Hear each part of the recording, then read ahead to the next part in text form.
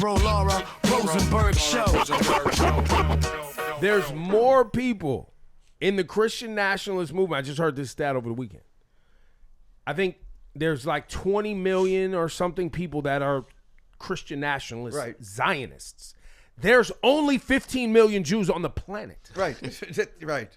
But you mean these are the people who sign up for the newsletter? Or do These are the people who are, card carrying, donating people. They don't donate. The one thing I like to correct when I have the opportunity is Christian Zionists or Christians who love Israel.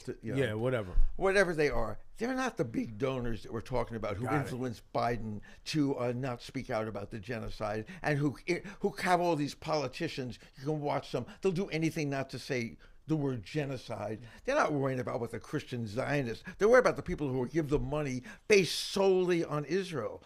AIPAC. The Christian right has issues to them are much more important than Israel, like blocking abortion, blocking stopping gay marriage, stopping race mixing, all the, so it's like, okay, they could talk, so there are like 30 million of them in theory, but I bet we're talking about 2,000 people who are tops, who are influencing the president of the United States. And I don't know what the deal is with Trump because he's a half-wit and I don't know what.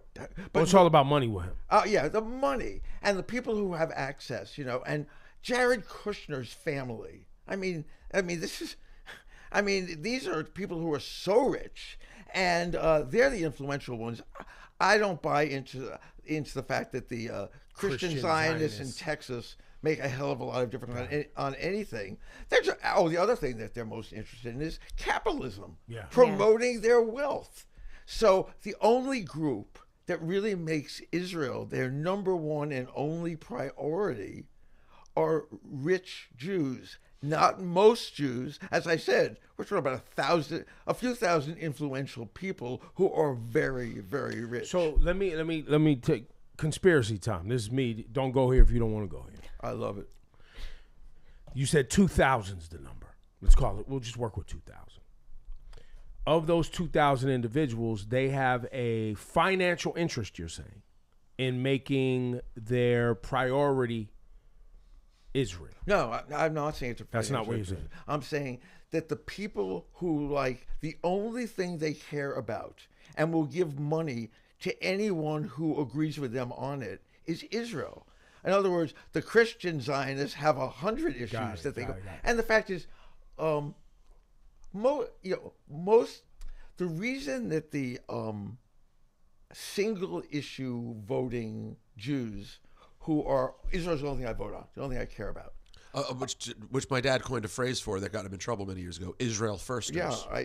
Which is if you go to ChatGPT, which of course, my dad's best friend. My best friend, and I just said. Now I don't know, but ChatGPT. You got to switch to Claude. I'm told. Claude is more progressive. Yes. Yeah. No, ChatGPT is basically but just Claude a cat. Claude said I invented the term. That the term Israel firster was around for a long time, but not till M.J. Rosenberg did it become popularized. And I said, well, at least I got fired from my last job for something. Wait, you got fired for that? Yeah, I'm not supposed to talk about that. Okay, well, you signed a. No, I didn't sign it.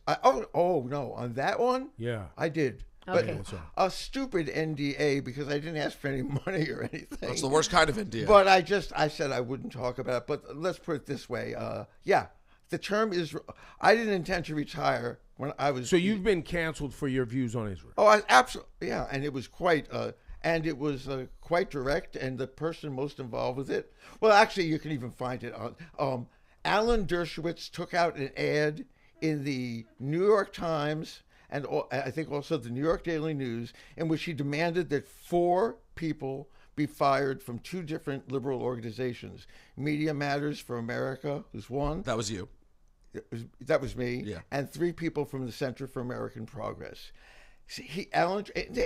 My name was in there as demanding, or he would not. His threat was he would not support Barack Obama for re-election in 2012. I was fired shortly thereafter. Because we needed Alan Dershowitz. We needed Alan Dershowitz, right? But how could we win without him? So I mean, yeah. I All would, right, but hold on, I derailed us though because I brought up the phrase. Because weren't you asking him about what the Well, so I've had this theory for a while. Okay. Where and I got it from my mom and some family members who would say the Jews always get used. The Jews get used. They're just using us. Right. White supremacists are using us. The political establishment is using us. Everyone is using us. But the game is really elites who happen to be Jews, who are non-religious Jews, who just are in it for the money. And power and controlling the dynamics, but they use the guise of protecting the larger group as keeping the larger group kind of ingratiated to the movement of Israel, or because at the end of the day, does America really care about Jews? They didn't invite them in after World War II. invite them in. They turn the ships back to send children back to gas chambers Right. in the 30s. So I mean, the United States did. So now all of a sudden you care about this land, Right. which just really is a strategic location. And when you're dealing with the right, they're all the people who love, in my phrase, love Israel to death. Right. Are the anti-Semites of the right? I mean, all of a sudden I'm listening to Pete Hegseth. I mean, he's always talking about, I've never heard anyone talking about so explicitly about Christian nationalism, and this is a Christian country only for Christians, but at the same time he loves Israel. You're right. Your mother's was right about that. I mean, and also a lot of in the days when I worked for the lobby, which I did 30 or 40 years ago now, but they were all rich people who would go up to Capitol Hill and to the White House. They also had, in addition to lobbying for Israel, they would use Israel to get into the room and get to know the big shot officials, including the president, but they'd also use it to advance their business. Right. So, I mean, it was a twofer.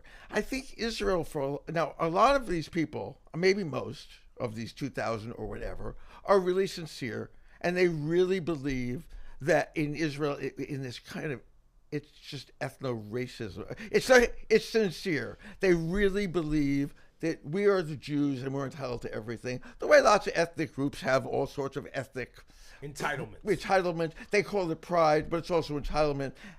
And but they're also on the side. Well, since I now know you, Senator, you might want to know that I'm in the lampshade business, or I can think of one guy who was in the a lighting business, and he would advance that his interests, His contract. So yeah, the Jews, minorities are always used and explored. It's such a natural thing. But Jews are allowing this to happen. And choosing to align with people who are openly doing it. Right, and look at what they, what the I don't know how to use to distinguish regular Jews who are just like everybody else, except for the fact that they are much more democratic voting. But in other ways, like everybody else, they just kids play sports in school, all that. But from the organizational Jews in New York, in particular, what the organizational Jewish community did to Mayor Mamdani all through his campaign and continues to do now is nothing less than incitement against him. I mean, the hatred that I couldn't believe it when I saw that the rabbi, a really terrific female rabbi, very popular. She's Korean by birth, and she used her pulpit on, I don't know if it's the east or the west side, but it's a rich people, thousands of people watching her across the country, to call him an anti-Semite. I was watching over the It was shocking. holidays. It was shocking to see a person of color. And she wasn't doing it because she believed it. The board of synagogues, the board of most things, are the rich people. And the rich people tell her, well, we're happy to pay you a lot of money to be our rabbi. But that goes back to kind of Ebro's thing, because that, while it happens to be the vessel is this rabbi and it's about Judaism, it's rich people saying we don't want this mayor. Right. He's bad for the rich. Right. Oh, perfect. He looks how he looks. His name's what his name is. He's a Muslim. We'll tap right into the old post 9/11 Islamophobia. Right. It's right there. Shouldn't be a problem. They got it wrong. Right. Now, real quick, Louis sent me this. March 2nd, 2012.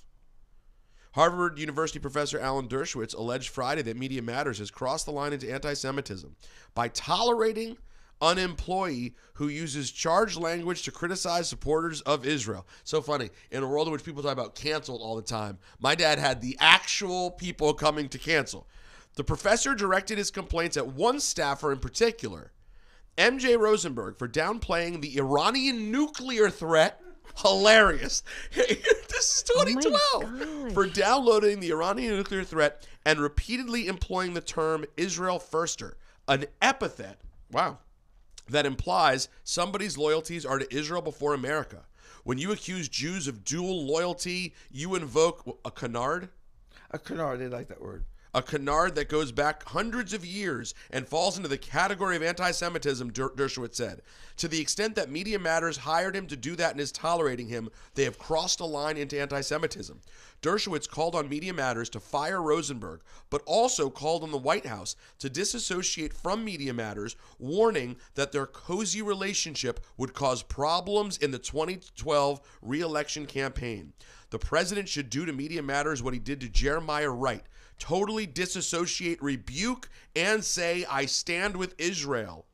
Rosenberg, a senior foreign policy fellow, often writes about the heated rhetoric in Washington regarding the possibility, blah, blah, blah, blah.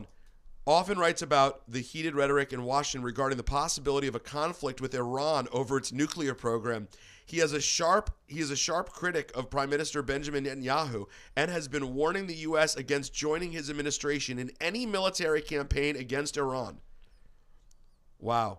In a column last month, Rosenberg argued that the Israel firster term is accurate, if not polite, in covering the issue of a possible war with Iran.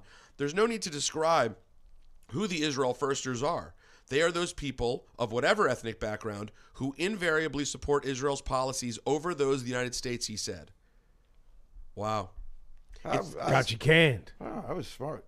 Yeah, you were good. It's the oldest. Before it became senile. It's the oldest of charges accusing Jews of dual loyalty, and it can't be tolerated, whether it comes from the left or the right, Dershowitz said. The idea of having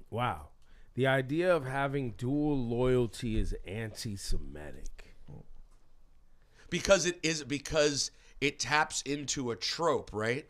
Doesn't that go back to communism? No, like Julius Rosenberg, which is my grandfather's name, but not the same one. No, dual loyalties basically from when when Zionism started, Jewish people who were against the idea and said, "Hey, I'm a Brit," particularly in Britain, where it said, "I'm a Brit. I don't want to be accused of dual loyalty. I'm not going to be loyal to some Jewish country. I'm a loyal Brit. I'm a loyal American." That's how it really started, because it sort of makes sense. If your synagogues often fly Israeli flags out front. The synagogue where in Maryland, where Peter was bar mitzvahed, has a sign. We stand with Israel. That's outside on the street.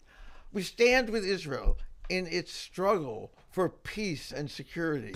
Its struggle for peace and security? That's the real sign they have outside of a lot of synagogues. It's really hard to see. So why would I don't believe that there's something so weird about it. It's not really dual loyalty. I mean, it's dual something. No, it is exactly what I called it. It's putting Israel first. It's particularly true when you've got someone who's a progressive on every other issue, who talk about what's going on in Ukraine and what's going on anywhere in the world where there are people being killed. They're on the right side. And they will say, this is terrible, and I'm giving money to the whatever.